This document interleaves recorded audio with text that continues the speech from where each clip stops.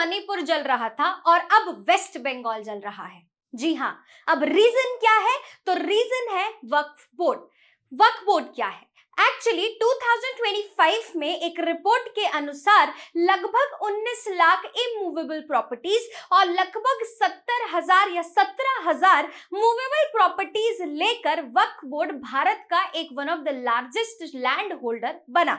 साथ ही साथ इस वक्फ बोर्ड के मैटर पे अभी तक वेस्ट बंगाल से लेके दुनिया के हर एक कोने पे अलग अलग तरीके के विवाद और बहुत सारे लोगों ने अपनी जान भी गंवा दी है।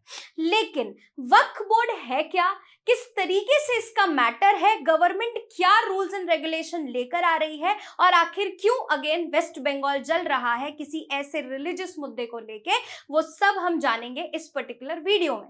Hello everyone, this is Alka Mishra और हम स्टार्ट करते हैं बेसिकली जो प्रोटेस्ट चल रहा है वक्फ लॉ के अगेंस्ट, जो भारत में और पिछले कई वक्त से चल रहा है। ये मैटर न्यूज में कब आया? जब 2023 मार्च के अनुसार वक्फ बोर्ड ने कहा कि इलाहाबाद हाईकोर्ट की प्रॉपर्टी जो है या जो इलाहाबाद हाईकोर्ट है वो वक्फ बोर्ड के अंदर आता है। यही नहीं, आपका मरीना बीच जो है वो भी वक्फ बोर्ड क्लेम करता है। साथ ही साथ रेड फोर्ट ले लीजिए, ताजमहल ले लीजिए, दिल्ली का हुमायूं टूम ले लीजिए या फिर ऐसी कई अलग अलग प्रॉपर्टी। इनफैक्ट यूपी की 78% अप्रॉक्स लैंड जो क्लेम करता है आपका वक्फ बोर्ड, आपकी यूपी गवर्नमेंट कहती है कि उसमें से लगभग 11,000 से ज्यादा एकड़ की जो जमीन है वो तो स्टेट गवर्नमेंट की है। तो जो वक्फ बोर्ड इनिशियली एक पॉजिटिव मोटिव के साथ स्टार्ट हुआ था वो आज एक इलीगल मैटर बनता जा रहा था धीरे धीरे, जिसके चलते सरकार ने एक वक्फ बोर्ड अमेंडमेंट जो है एक्ट लेके आया और उसी चीज की एक्सेप्टेंस तरह तरीके के लोग तरह तरीके की बातें फैला रहे हैं, जिसके चलते आप वायलेंस देखने के लिए आपको मिलेगा। ऐसा नहीं है कि केवल जो वक्फ प्रॉपर्टीज है या वक्फ बोर्ड है वही इस तरीके के लीगल क्लेम्स करता है, नहीं, और भी रिलीजियस इंस्टीट्यूशंस है, चाहे वो हिंदू में टेम्पल्स हो, चाहे वो क्रिश्चियंस में हो, चर्च हो, उन लोगों ने भी कई इमूवेबल प्रॉपर्टीज या इलीगल एनरोचमेंट कर रखे हैं। इनफैक्ट 3,000 से ज्यादा टेम्पल्स तमिलनाडु में है जिन्होंने इलीगली आपकी जमीनें हड़पी हैं। और वो भी किसकी हड़पी है? Local people, they are not happy with that particular decision. In fact Agra का रेलवे की लगभग 72% जो जमीन है अकॉर्डिंग टू डेटा वो आपकी टेम्पल्स द्वारा या रिलीजियस इंस्टीट्यूशन द्वारा जो है वो एनरोच की गई है। तो ये भी लीगल बवाल चल रहा है। बट हमेशा हिंदू मुस्लिम एंगल देके हर एक मैटर को भड़काना हमारे देश में बहुत ज्यादा आसान है। बट यस, प्रोटेस्ट क्या है? प्रोटेस्ट ये चल रहा है कि सीरीज ऑफ इंसिडेंट है। वेस्ट बंगाल के मुर्शिदाबाद से ये इंसिडेंट शुरू हुए, बहुत सारे लोगों ने अपनी जान गंवाई, नेशनल हाईवे 12 ब्लॉक कर दिया गया प्रोटेस्टर्स द्वारा। साथ ही साथ लोकल एमपी के ऑफिस में अटैक किया गया, लोकल एमपीज को अटैक किया गया, पॉलिटिकल पार्टीज में क्लैश होने लग गया, बहुत से अरेस्ट हुए, रेलवे लाइंस, बस स्टॉप्स जाम किए गए, लगभग 200 से ज्यादा इसमें अरेस्ट किए गए हैं। आपके गवर्नमेंट का रिस्पांस क्या था? तो गवर्नमेंट का रिस्पांस ये था कि वेस्ट बंगाल की जो गवर्नमेंट है, वहाँ की जो सीएम है, वो पूरी तरीके से इसके फेवर में नहीं है कि इम्प्लीमेंटेशन किया जाए वक्फ बोर्ड। वो पूरी तरीके से उसके अगेंस्ट में बात करती हैं, जिसकी वजह से यस, वेस्ट बंगाल में और ज्यादा चीजें भड़क रही हैं। जुडिशरी ने इंटरवीन करते हुए कहा, हाईकोर्ट ने इंटरवीन करते हुए कहा कि भाई अगर सेंट्रल गवर्नमेंट कुछ नहीं कर रही है तो हम बीएसएफ, बॉर्डर सिक्योरिटी फोर्सेस को वहां पे क्या बोलते हैं, अप्लाई कर रहे हैं। हम चाहते हैं कि वो लोग वहां जाके रिक्रूट हो और वो वहां पे चीजें डिप्लॉय हो, डिप्लॉय हो और सिचुएशन को हैंडल करें। बट कल वापस सुप्रीम कोर्ट में ये पिटिशन फाइल हुई थी, सुप्रीम कोर्ट ने भी सुनवाई शुरू कर दी है और साथ ही साथ बहुत सी ऐसी मुस्लिम या इस्लामिक कंट्रीज थी जो इस पर बवाल कर रही थी, और उसमें से हमारे एक बहुत प्रिय मित्र हैं जो है आपके पाकिस्तान। एस जयशंकर ने आज बहुत कड़े लहजे में ये बोला है पाकिस्तान को कि कृपया करके आप वक्फ के मैटर पे हमसे कोई बकवास ना करें, क्योंकि हम आपकी तो सुनने वाले नहीं है। इट्स आवर इंटरनल मैटर, ये हमारा रिलीजियस मैटर है, तो आप इस पर हमें कोई भी टिप्पणी या इंटरफेरेंस ना ही करें तो बेहतर है ना। अब हमारे पेपर पॉइंट ऑफ व्यू से इंपॉर्टेंट है कि वक्फ प्रॉपर्टी है क्या, पहले क्या अमेंडमेंट था, पहले क्या एक्ट था और अब उसमें क्या क्या अमेंडमेंट्स हुए हैं। तो स्टार्टिंग विद वक्फ प्रॉपर्टी एक बहुत कॉमन कॉन्सेप्ट था, बहुत सिंपल और पॉजिटिव कॉन्सेप्ट था, और उसका मतलब था ऐसी land, a Waqf is a property donated bye Muslims for a specific religious, charitable और प्राइवेट पर्पस। तो ये एक प्रॉपर्टी है जो लैंड है चैरिटेबल पर्पस के लिए या किसी भी रिलीजियस पर्पस के लिए डोनेट की जाती थी, और डोनेट की जाती थी on the name of God या फिर बिलोंग टू गॉड। तो बोला ये जो भी लैंड एक मुस्लिम, और वो कौन डोनेट कर सकता था, मेजरली इनिशियली मुस्लिम लैंड्स के साथ ही ऐसा किया जा सकता था, और वो जो भी डोनेशन देंगे वो ओनरशिप किसकी होगी, तो वो भगवान की होगी। कोई भी इंडिविजुअल जो इंसान है उसका कोई भी उस पर क्लेम नहीं रहेगा। So ownership of the property is considered to belong to God while its benefits are directed to the specific purpose। कौन से पर्पस, तो चैरिटेबल और religious purposes. A Waqf can be established through a written, एक written और legal deed के through, तो पूरी legally कार्रवाई होती थी, लेकिन एक दिक्कत ये थी कि ओरली भी की जा सकती थी। तो जो भी वक्फ प्रॉपर्टी अगर स्टैब्लिश हो रही है तो उसमें आप रिटन या तो डीड में हो जाएगा, लीगल इंस्ट्रूमेंट में होगा, या तो ओरली किया जाएगा। एक रिपोर्ट के हिसाब से भारत की तीसरी सबसे ज्यादा जो लैंड किसी एक इंस्टीट्यूशन के पास है दैट इज वक्फ बोर्ड, जो कि धीरे धीरे बहुत ज्यादा बढ़ रही थी। बाकी कौन सी है, तो वो आपको आर्मी और रेलवे की दिखेंगी, लेकिन यस वक्फ बोर्ड का इलीगली वो बहुत ज्यादा लैंड्स को क्लेम करने लग गए थे, जिसके चलते आपका ये कानून लाया गया। Then once property is designated as waqf it can not be reclaimed और ऑल्टर्ड बाय द डोनर। अगर एक बार किसी ने प्रॉपर्टी दे दी दैट मीन्स कि वापस वो उस पर क्लेम नहीं कर सकता, ये भी एक मैटर ऑफ डिस्प्यूट आपका बनता था। So this is basically the waqf property, और इसकी शुरुआत आपकी हुई थी दिल्ली के सल्तनत जो सुल्तान थे उस टाइम पे, सुल्तान मुइजुद्दीन समगौर, इन्होंने स्टार्ट किया था उस टाइम। सबसे पहले इन्होंने चैरिटी के नाम पे या फिर एक रिलीजियस इंस्टीट्यूशन के नाम पे जामा मस्जिद ऑफ मुल्तान, ये जो विलेजेस को डोनेट किया था ये लैंड, और वहीं से ऑफिशियली स्टार्ट हुआ था। इनिशियली ये सारा मैटर जो है मुसलमान waqf validating act 1913 protecting the institution of waqf in India से ये सारी चीजें स्टार्ट हुई थी। तो ओरिजिन इतना ज्यादा important paper point of view से नहीं है, but yes history point of view से इनके बारे में पूछा जा सकता है कि एक्चुअली ये चीज क्या है, कौन है, किस इनके और भी काम क्या है, या जिस एरा से बिलोंग करते हैं वो चीज पूछी जा सकती है। अब अगर ये डेटा और फैक्ट भी देखें तो यूपी में सबसे ज्यादा ऐसी लैंड्स हैं जो कि वक्फ बोर्ड क्लेम करता है। सेकंड नंबर पे आता है आपका वेस्ट बंगाल 9% एंड पंजाब आता है थर्ड नंबर पे। तो this is the highest share of Waqf board जो आपको देखने के लिए मिलेगा, जिसमें यूपी जो है नंबर 1 पे है। तभी तो इलाहाबाद हाईकोर्ट से लेके ताजमहल से लेके लखनऊ के कई बड़े एरियाज में लेके हर जगह पे ये क्लेम करता है। देन तमिलनाडु पे भी एक अच्छा खासा हिंदू मेजोरिटी जो एरिया है, village included temple land property, वो आपका वक्फ ने क्लेम किया कि वो उनके अंडर आता है। ये एक मैप शो करता है कि कहाँ कितनी कितनी जो लैंड जो प्रॉपर्टीज हैं वो वक्फ क्लेम करता है।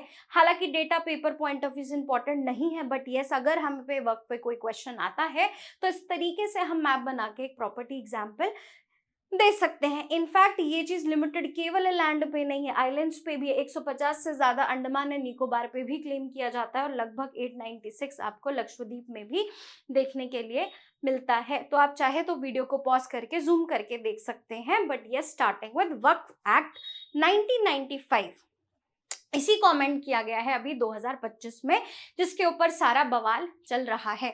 सो इस पर्टिकुलर एक्ट में प्रॉपरली डिफाइन किया गया कि एक्चुअली वक्फ क्या है, जो कि हमने बताया कि एक ऐसी प्रॉपर्टी जो कोई Muslim a permanent dedication of a property by a Muslim for religious charitable और पायस पर्पसेस, ये आपकी डेफिनेशन वक्फ की लिखी हुई है।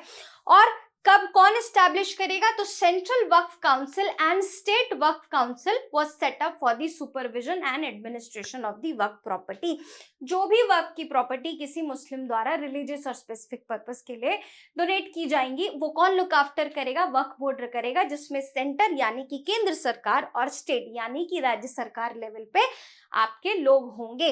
सर्वे of the waqf property time to time state wise जो है वो सर्वे किया जाएगा, और ये देखा जाएगा कि जो भी असेट्स हैं और जो लैंड है वो एक्चुअली जेन्युइन है कि नहीं। In short time to time survey करके चेक किया जाएगा कि सब कुछ सही चल रहा है कि नहीं चल रहा है। Registration of Waqf, all Waqf must be registration with the state Waqf board with the full property and ownership details। सारी डिटेल्स आपकी स्टेट में रजिस्टर होंगी। अब एक मैनेजर होता है जिसको आप बोलते हैं मुतवाली, यूपीएससी पूछ सकती है मुतवाली रिसेंटली सीन इन न्यूज, तो किससे रिलेटेड है? तो वक्फ में जो मैनेजर होता था 1955 एक्ट में जो मेंशन किए थे उसे आप कहते थे मुतवाली। So every waqf must have a mutawalli who manages the waqf property under the board oversight. तो इन शॉर्ट में ये छोटी छोटी चीजें आपकी उसमें मेंशन थी।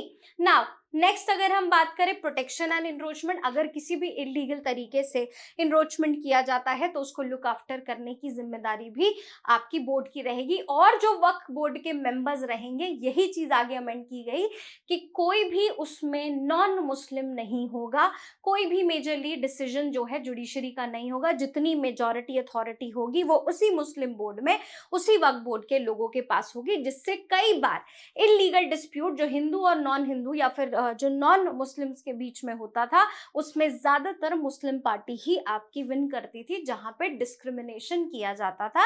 यह भी एक कारण है कि अमेंडमेंट में हिंदूज को या बाकी लोगों को भी ऐड किया गया है। So protection from encroachment of waqf properties illegal boards can initiate. अब वो इनरोचमेंट इलीगल है, लेकिन आज लगभग लाखों से ज्यादा जो डिबेट और डिस्प्यूट चल रहे हैं वो इलीगल एनरोचमेंट के ही हैं। सो जब ऑर्गेनाइजेशन अपना मिसयूज करने लग गई तब अमेंडमेंट लाना जरूरी हो जाता है। देन प्रोहिबिशन और सेल टैक्स और transfer. Waqf properties can not be sold, ना ही आप बेच सकते हैं, ना गिफ्ट कर सकते हैं, ना उसको मॉर्गेट कर सकते हैं गवर्नमेंट एंड बोर्ड की परमिशन के बिना।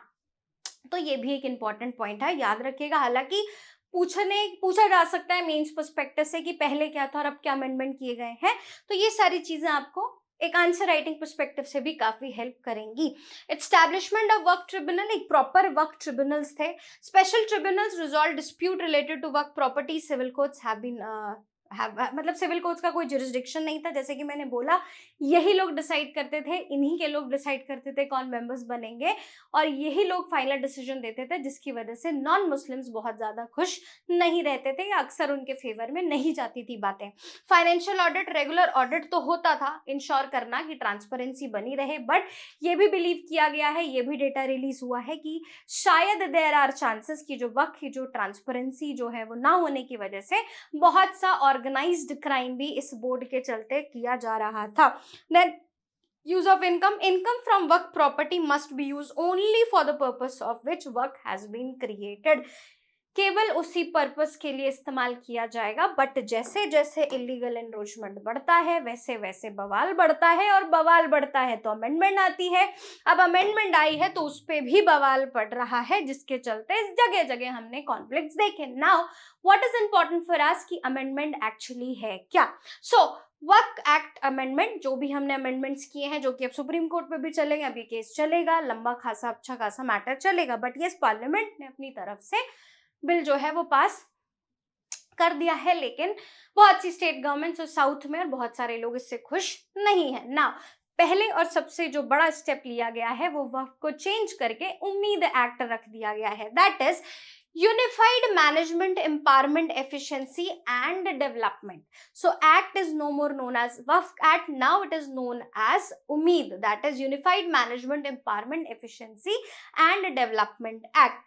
प्लस सेकेंड जो इसकी क्रिटिसिज्म भी बहुत ज्यादा की जाती थी कि इसमें सारे मुस्लिम मेंबर्स हैं, जिसके चलते कई बार ये डिस्क्रिमिनेटरी होता है, तो गवर्नमेंट ने अमेंडमेंट करके इसमें लाया कि भैया यस हम नॉन मुस्लिम्स को भी इसमें इंक्लूड करेंगे, ताकि इसकी इंक्लूसिविटी और इसकी ट्रांसपेरेंसी और ज्यादा इनहैंस हो सके। So to enhance the inclusivity and the waqf board amendment act 2025 introduces the provision for the inclusion of non Muslims, जिसमें सेंटर और स्टेट बोर्ड्स दोनों में ही नॉन मुस्लिम्स को इंक्लूड किया जाएगा। Then eligibility for waqf dedication, only practising Muslims, मतलब कि वही लोग डोनेट कर सकते हैं या वही लोग इसका हिस्सा बन सकते हैं। पहली बात तो जो मुस्लिम्स हैं, दूसरे अगर आप कन्वर्टेड मुस्लिम्स हैं तो कम से कम 5 साल तो मुस्लिम्स आपका बैकग्राउंड होना ही चाहिए। Only practising Muslims for at least 5 years will be allowed to dedicate property to waqf, reinstate and the pre-2013 regulation। यानी कि इन शॉर्ट में मतलब है वही लोग एलिजिबल हैं जो आपके प्रॉपरली मुस्लिम्स हैं, और अगर नहीं आप कन्वर्टेड हैं तो उसमें भी आपको कम से कम 5 साल तो होना ही चाहिए, तभी आपको अथॉरिटी मिलेगी वक्त में डोनेट करने के लिए या उसके बेनिफिट्स उठाने के लिए। Now removal of section 40, this is very important. Amendments काफी सारे किए गए हैं, लेकिन हमने मेजरली वो अमेंडमेंट्स उठाए हैं जो कि बहुत ज्यादा इंपॉर्टेंट हो जाता है। ओवर आपका रिमूवल ऑफ सेक्शन जो 40 है वो ये कहता है कि कुछ चीजें बहुत ज्यादा ओवर रिस्ट्रिक्टेड थी, उस चीज को भी आपकी चीजें अमेंड की गई हैं, उस चीज को भी लिबरलाइज किया गया है। So work act 2025 seeks to abolish the section 40 of the work act, a provision criticized as overly restrictive as it granted the work board the authority to designate any property as Waqf land. सोचिए ना कि अगर ये सच में ताजमहल अगर वक्फ का हो जाता, या मरीना ट्रेंच हो जाता, या चार मीनार के आसपास की कई प्रॉपर्टीज वक्फ क्लेम करता है, रेड फोर्ट हो गया, हुमायूं टूम हो गया, और ऐसी अलग अलग टेम्पल्स और अलग अलग institution, not only temples, church की प्रॉपर्टीज, अलग अलग प्रॉपर्टीज को जो वर्क क्लेम करता है, अगर वो जेन्युइनली उनको दे दी जाएगी तो अगर उनके कहने पर, उनके हिसाब से, तो बाकियों के फंडामेंटल राइट्स तो सीधे सीधे वॉयलेट होंगे ना। तो ये सीधा सीधा रिस्ट्रिक्शन जो रिमूव किया है, और जो कि कहा, जो ये कहता था सेक्शन 40 की भाई साहब अगर वक्फ बोर्ड ने किसी लैंड को वक्फ का कह दिया तो वो मतलब कह दिया, आप उसको मना नहीं कर सकते, अब लड़ते रहिए केस में, हमारी तरफ से तो लैंड हमारी ही है। इस चीज को हटाया है प्रॉपर्ली, जो कि कहीं ना कहीं बाकियों के फंडामेंटल राइट, चाहे वो मुस्लिम हो चाहे वो नॉन मुस्लिम हो, ऐसा नहीं है कि वक्फ बोर्ड ने इलीगली केवल नॉन मुस्लिम्स की लैंड को एनरोच किया, इन्होंने बहुत सारे मुस्लिम्स की लैंड को भी एनरोच किया। तो ये भी एक मैटर बहुत इंपॉर्टेंट हो जाता है कि इंडियन सिटीजन के फंडामेंटल राइट्स को प्रोटेक्ट करने के पर्सपेक्टिव से। Then protection of inheritance right, यहाँ पर पूरा पूरा ध्यान दिया गया है महिलाओं का और बच्चों का। तो the waqf amendment act 2025 ensures that women and children must receive their rightful inheritances before any property is declared as Waqf, with special safeguards for widows, divorced women and orphans। Specifically बोला उनको अपनी जो पैतृक जमीन या इनहेरिटेंस जो rights हैं women's को दिए जाएंगे। वुमेन्स को लेके पहले भी गवर्नमेंट ने ट्रिपल तलाक हटाया है, जो कि एक बहुत अच्छा स्टेप था। आप किसी भी रिलीजियस इंस्टीट्यूशन में, कोई भी रिलीजियस इंस्टीट्यूशन, आप वुमेन्स के, चिल्ड्रंस के राइट को इस तरीके से कर्व नहीं कर सकते। सो ट्रिपल तलाक को हटाया। देन स्पेसिफिक फोकस यहाँ वुमेन, चिल्ड्रन, ऑर्फन्स, और उसमें भी विडोज पे ज्यादा ध्यान दिया गया है, या फिर जो डाइवर्स वुमेन है, ताकि उनके राइट्स प्रॉपरली फुलफिल हो सके। This is one of the most positive step जो इसमें इंक्लूड किया गया है। देन एप्लीकेशंस ऑफ लिमिटेशन, जो 1963 में कुछ अमेंडमेंट करके जो कुछ चीजों को अमेंड किया गया था डिस्प्यूट से रिलेटेड, उन सारी चीजों में लिमिटेशंस भी लगाई गई हैं, या काफी चीजों पे लिमिटेशंस या फिर कंस्ट्रक्टिव क्रिटिसिज्म लगाया गया है। सो to minimize the prolonged legal disputes, the act introduced the applicability of the Limitation Act 1963 to work properties from the date that amendment comes into effect। जैसे ही amendment आया, बहुत सी legalities और बहुत से legal चीजों पर claim हटा दिया गया। तो ऑटोमेटिकली हो सकता है कई ऐसी प्रॉपर्टीज का रेजोल्यूशन ऑटोमेटिकली रिजॉल्व हो जाए, कुछ चीजें आगे चल के चले। साथ ही साथ हमने देखा कि 1955 कहता है कि एक प्रॉपर ट्रिब्यूनल रहेगा जो वक्फ का देखेगा, लेकिन कोई सिविल कोर्ट का इंटरफेरेंस नहीं है। लेकिन अब ये बोला कि भाई डिस्प्यूट रेजोल्यूशन के लिए गवर्नमेंट ऑफिशियल रिप्रेजेंटेटिव रहेगा। Senior government official have the final authority to determine whether a property belongs to waqf और a government, replacing the existing waqf tribunal. तो वक्फ ट्रिब्यूनल ही हटा दिया, जो कि डिसाइडिंग अथॉरिटी होती थी। क्या होगा, जिसके चलते बहुत से ऐसे लोगों को जस्टिफाई नहीं हो पाते थे, वो डिस्क्रिमिनेटेड फील करते थे, तो मैटर ही हटा दिया। और साथ ही साथ बोला है कि हाई कोर्ट में भी इसके अगेंस्ट अपील किया जा सकता है। So furthermore the waqf amendment act 2025 introduced provision allowing appeals to the High Court against the Waqf Tribunal decision, addressing the current gap which High Court is granted only limited revisional power. पहले बहुत ही limited power हुआ करती थी, एक बार वक्फ tribunal ने जो कह दिया मतलब कह दिया। नहीं, दो चेंजेस किए गए। वक्फ ट्रिब्यूनल में गवर्नमेंट ऑफिशियल डिसाइड किया गया है, government senior government official appoint किया गया है। वो देखेगा कि जो वक्फ प्रॉपर्टी या वक्फ ट्रिब्यूनल जिस वक्फ प्रॉपर्टी को फाइनल बता रही है वो एक्चुअली जेन्युइन है कि नहीं है। दूसरा, अगर कोई वक्फ ट्रिब्यूनल से खुश नहीं है तो वो जा सकता है हाई कोर्ट। पहले हाई कोर्ट के पास लिमिटेड पावर होती थी, लेकिन अब हाई कोर्ट के पास एक अच्छी खासी अथॉरिटी होगी। साथ ही साथ ऑर्गेनाइज क्राइम जैसे शक को और ऑर्गेनाइज क्राइम और ट्रांसपेरेंसी को और ज्यादा मेंटेन करने के लिए कैग और डिफरेंट डिफरेंट अथॉरिटीज जो है institution time to time audit भी करेंगी. So additionally institution generating annual income of over 1 lakh will undergo government mandated audits to ensure financial transparency. ऐसी ऑर्गेनाइजेशन जो 1 लाख से ज्यादा कर रही है अर्न, उन पे ऑडिट होगा, फिर वो गवर्नमेंट इंश्योर करेगी भाई साहब ये पैसा जेन्युइन है कि नहीं है. So hope so in short में हमने आपको अमेंडमेंट और क्या क्या वक्फ बोर्ड है, किस तरीके का विवाद चल रहा है और क्या क्या चीजें हैं उस पर बात की. होप सो आपको चीजें समझ आई हो. होप सो आपको चीजें, अभी इसमें बहुत सीरीज ऑफ इंसिडेंट्स और ऐड होंगे, but what is important for us from examination point of view, centre state relationship, federalism की बात आएगी, कोऑपरेटिव फेडरलिज्म की बात आएगी, सोशल कंसर्न्स होंगे, सिक्योरिटी कंसर्न्स होंगे, क्योंकि बहुत से माना जा रहा है कि ऐसे इंस्टीट्यूशंस हैं जो इन वक्फ बोर्ड से जुड़े हुए थे जो कि हमारे देश के लिए थ्रेट हैं. Not with everyone but yes with some section and some people in the society. Not only waqf, अलग अलग रिलीजियस इंस्टीट्यूशंस में भी ऐसा होता है. लेकिन देखना होगा कि आगे फाइनल अब सुप्रीम कोर्ट का इंटरफेरेंस इस पर क्या कहता है और क्या डिसीजन आता है. So thank you. ऐसी और वीडियोस को देखने के लिए आप हमारे चैनल को लाइक, शेयर एंड सब्सक्राइब कर सकते हैं. Thank you.